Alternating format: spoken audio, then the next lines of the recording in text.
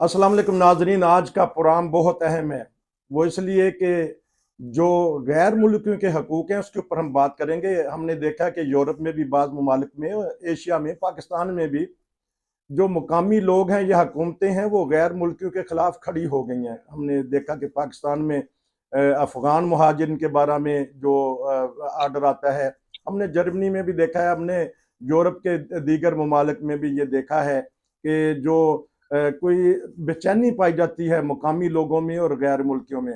और अभी एक खबर आ रही है, उस खबर पे हम तबसरा करेंगे कि मलेशिया में भी गैर मुल्कियों के खिलाफ क्रैक डाउन किया गया है।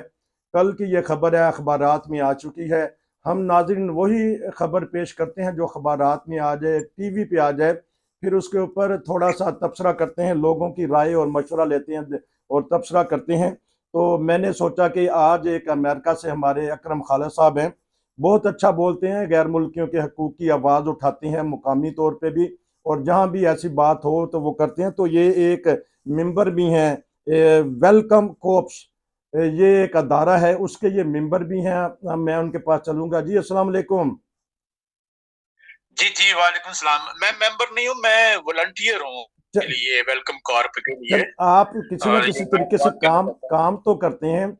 ये बताइएगा कि ये क्या अदारा है, इस ये तंजीम क्या करती है गैर मुल्कियों के बारे में। नाजरीन को ये बताइएगा, फिर मैं कोई सवाल हुए तो करूंगा। ये नॉन प्रॉफिट ऑर्गेनाइजेशन है यहाँ पे अमेरिका में। हम्म। और ये काफी बड़ी ऑर्गेनाइजेशन है, काफी पुरानी है। और ये सिर्फ जो बाहर से ये US state department, United nation के थ्रू या United nation high commission for refugee के थ्रू जो रेफ्यूजीज आते हैं या अमेरिका में, हम्म।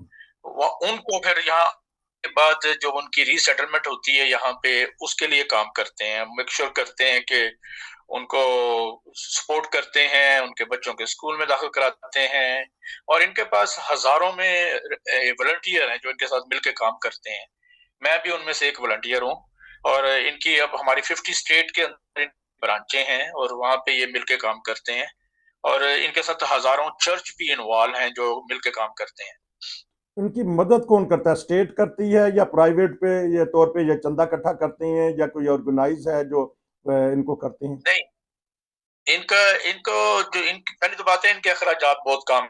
अच्छा। बहुत सारे वॉलंटियर हैं इनके साथ, नंबर हम्म। दो। नंबर दो, जो अखराजात हैं इनके, वो इनके जो फाउंडिंग हैं मेंबर्स, वो भी डोनेशन देते हैं। हम्म। इसके अलावा ये जब स्टेट डिपार्टमेंट इनको हैंड ओवर करता है ना, ये रिफ्यूजीज, हम्म। तो ये पर हेड रिफ्यूजी का एक छोटा सा मिनिमम खर्चा होता है। अच्छा। जो पैसे जो इनको मिलते हैं वो कोशिश करते हैं ये लोग उसी खर्चे में रहे, लेकिन होता नहीं है, होता ज्यादा है खर्चा उससे, बाकी अच्छा। अपनी जेब से डालते हैं ये लोग। तो इस तरह ये हेल्प करते हैं। लेकिन ये सिर्फ ये नहीं कि बाज़ दफा इमरजेंसी में हमारी जो फेडरल गवर्नमेंट है वो अपनी फंडिंग देती है बाज़ दफा। हम्म। लेकिन इसके अलावा जो चर्चेज हैं, जैसे कैथोलिक चर्च है, वो इनकी बहुत हेल्प करता है। और ठीक। ये बेसिकली कैथोलिक चर्च ने ही शुरू में डेवलप किया था इसको। लेकिन they are open, they helping. आजकल तो जो मुसलमान हैं, अफगानिस्तान के जो रेफ्यूजी हैं, हम्म। पाकिस्तान के हैं, रोहिंगा के हैं, जो मुसलमान जो हम्म। बर्मा में उन्होंने बड़ा जुल्म किया मुसलमानों को, इन रेफ्यूजीज को वहां से उठा के लेके आते हैं।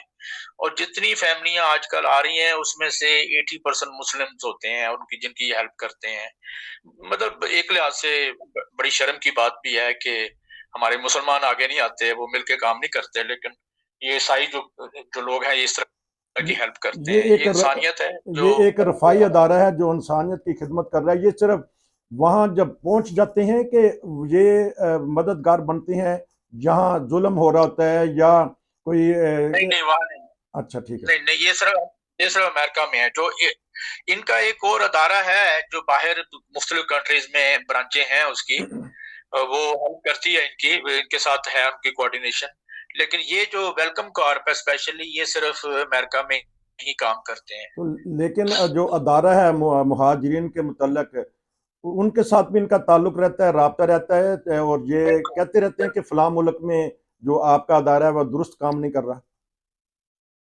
हाँ, नहीं, ये नहीं बात करते, इस तरह का काम नहीं करते। लेकिन मतलब रिकमेंडेशन बाज़ दफ़ा दे देते हैं कि ये ऐसे प्रॉब्लम वहाँ से रिफ्यूजी आई है फैमिली, तो इन्होंने ये शिकायत की है, इस तरह की रिकमेंडेशन भेजते हैं। लेकिन नॉर्मली ये इस इन मामलात में नहीं पड़ते। इन मामलात में नहीं पड़ते। इसके बारे में मैं एक और मजीद आपसे पुराम लूंगा। खबरें आ रही हैं कि मलेशिया में गैर मुल्कियों के खिलाफ क्रैकडाउन हुआ है और वहाँ बीच में पाकिस्तानी फैमिलियां भी हैं, दीगर ममालिक के लोग भी हैं। तो आया ये अदारा या जो हम यूएनओ का जो अदारा है, तो इस बात में रोक नहीं सकता कि क्योंकि खुद अदारा यूएनओ ने वहाँ बनाया है बुराए मुहाजिरीन के लिए। इस बारे में बताइएगा। या ये मैं भी क्योंकि मतलब मेरा ताल्लुक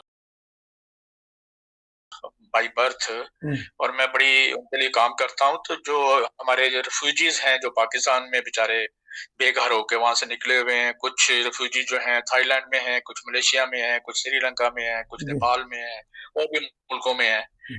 तो वो उनकी मैं कोशिश करता रहता हूँ, हेल्प करता रहता हूँ, और मेरी प्रायोरिटी यही होती है, जब वेलकम कार में कोई अगर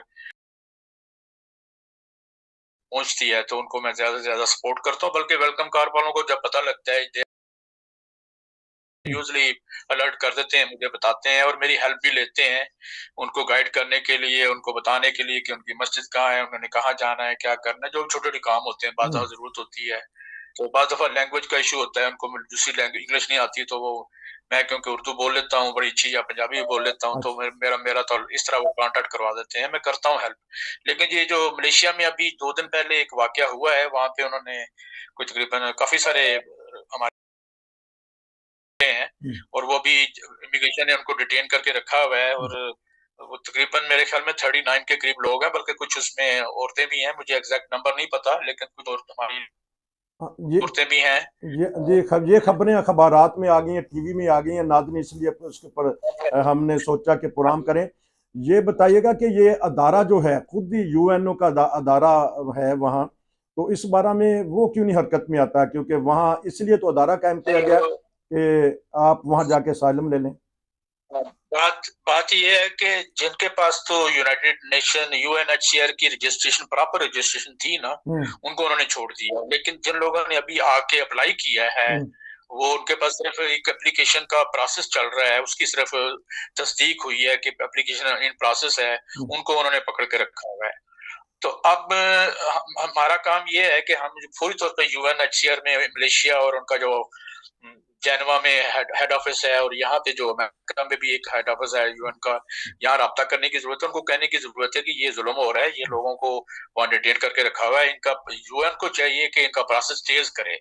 क्योंकि वहां पे जो लोकल मलेशिया में यूएनएचसीआर के अहलकार हैं, वो भी लोकल वहां से हायर करके इन्होंने बैठाए हुए हैं, वो मैंने देखा है बहुत स्लो प्रोसेस करते हैं, बल्कि कई कई साल तक वो प्रोसेस ही नहीं करते, उनके पीछे पड़ना पड़ता है, तो वो असल रजिस्ट्रेशन ही देते हैं इनको, जिसकी वजह से ये अब बेचारे पकड़े गए हैं। तो एक तो ये है, ये काम फौरी तौर पर करना चाहिए, यूएनएचसीआर से रब्ता करना चाहिए। दूसरा काम ये करना चाहिए कि अगर मैं अमेरिका में हूँ, या कोई जर्मनी में है, कोई इंग्लैंड में है, कोई कनाडा में है, वहां पे ये मलेशिया की एम्बेसी होती है, वहां कॉल करना चाहिए फौरी तौर पर, उनको कहना चाहिए इस तरह इन्होंने लोग पकड़े हैं, तो इंसानियत की बुनियाद पर उनका जुर्म कोई नहीं, सिर्फ यही जुर्म है कि उन्होंने वहां आके असाइलम अप्लाई किया हुआ है, जो इन प्रोसेस है, उनको प्लीज छोड़ दिया जाए। तो मेरा ख्याल है ये छुट जाएंगे, इस तरह हम रिक्वेस्ट भेजें। अगर फिर भी ये मलेशियन गवर्नमेंट नहीं मानती, तो फिर यहाँ पे जो मतलब अमेरिका की जो स्टेट डिपार्टमेंट है, व्हाइट हाउस है, इसी तरह जो प्राइम मिनिस्टर कनाडा है, प्राइम मिनिस्टर यूके हैं, उनको हम रिक्वेस्ट भेज सकते हैं कि हमारे बंदे पकड़े हुए हैं, मलेशियन गवर्नमेंट के ऊपर प्रेशर डालो। तो फिर वो हाई लेवल पे मलेशियन प्राइम मिनिस्टर से बात करते हैं, बात दफा कह देते हैं ये भी, ये ऐसे हुआ है, जो इसको प्लीज देखो, कंसिडर करो इसको ह्यूमैनिटेरियन ग्राउंड पे। तो इसलिए ये हमें सारों को मिल के इस पे ऊपर कोशिश करनी चाहिए, और मेरा ख्याल है ये अगर हम करेंगे तो ये इसमें कामयाब हो जाएंगे, तो इनको निकलवाने में। अच्छा, ये बताइएगा कि हमारे पास इस प्रोग्राम के हिस्से में सिर्फ आधा मिनट रह गया, तो ये काफ़ी नहीं है कि वहाँ के अखबारात में आ गया तो हुकूमत को पता लग गया कि ये हमारे अदारे ने किया है? नहीं नहीं नहीं, वो तो वहाँ के गवर्नमेंट तो अखबार में आने से खबर मिल भी गई तो वो कहेंगे ठीक है, ये इनके पास ये इलीगल है इसलिए पकड़ा हुआ है इन्होंने। वो तो ये समझेंगे। हमने हमने यही तो बात है, असल सिचुएशन जो है ना, इसमें 2 पॉइंट है। एक सिचुएशन ये बतानी है कि अच्छा अकरम साहब, इस तरह के हम एक और प्रोग्राम कर लेंगे, 10 मिनट का हम प्रोग्राम कर सकते हैं, उसके बाद दूसरे प्रोग्राम में नाज़रीन हम मलेशिया के हालात या जिस तरह श्रीलंका और थाईलैंड के हालात हैं उसके ऊपर प्रोग्राम करेंगे। हमारे साथ जुड़े रहिए। नसीर को इजाज़त दीजिए। अस्सलाम वालेकुम। आपका शुक्रिया।